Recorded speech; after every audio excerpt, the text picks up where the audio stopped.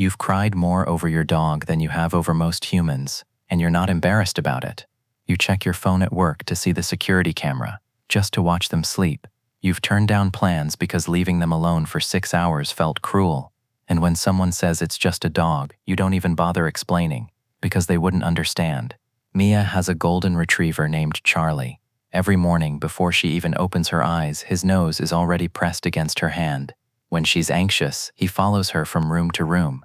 When she cries, he doesn't look away. He moves closer. And when she tried to explain to her sister why she couldn't go on that weekend trip, her sister laughed. You're obsessed.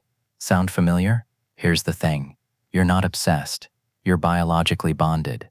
And what's happening between you and your dog isn't cute. It's ancient.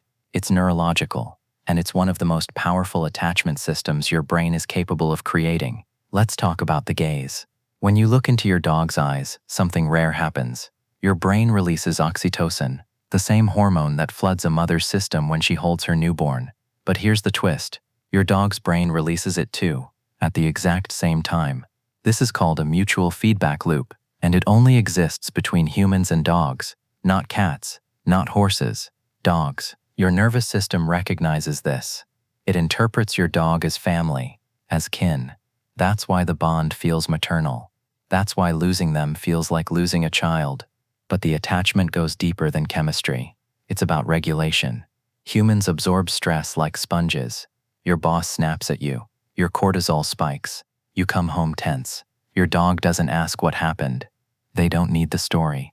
They just sense the dysregulation, and they move toward it. A head on your lap, a lean against your leg. They're not just comforting you. They're forcing your nervous system to sync with theirs. Your breathing slows. Your heart rate drops. You are literally being regulated by another species. For people struggling with anxiety or depression, this isn't just nice, it's survival. Because your dog operates on a different clock. Not deadlines, not emails, the sun, the stomach, the walk. On your darkest days, when you can't get out of bed for yourself, you do it for them. You open the door. You step outside. Not because you want to, because they need to.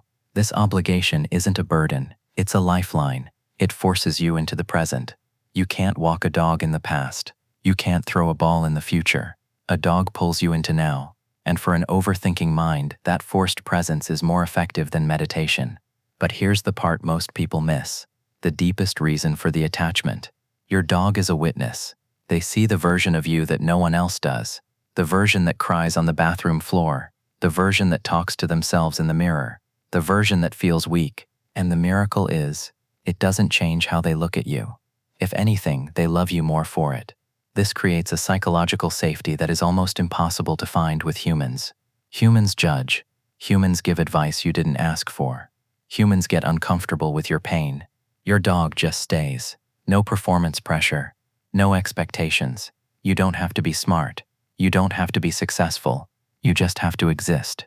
For someone who spends their whole life managing other people's opinions, that kind of freedom is addictive. Of course, there's a cost. If you love a dog this deeply, you're living with the quiet knowledge of their mortality. Psychologists call this anticipatory grief. It's the reason you check to see if they're breathing while they sleep.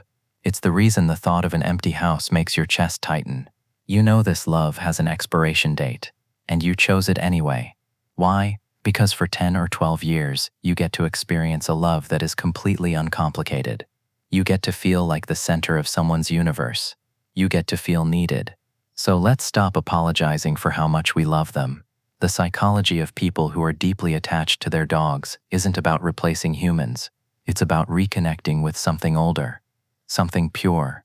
In a world obsessed with status and noise, your dog is the thing that keeps you human. They remind you that you're an animal too, that you need touch, that you need play, that you need rest.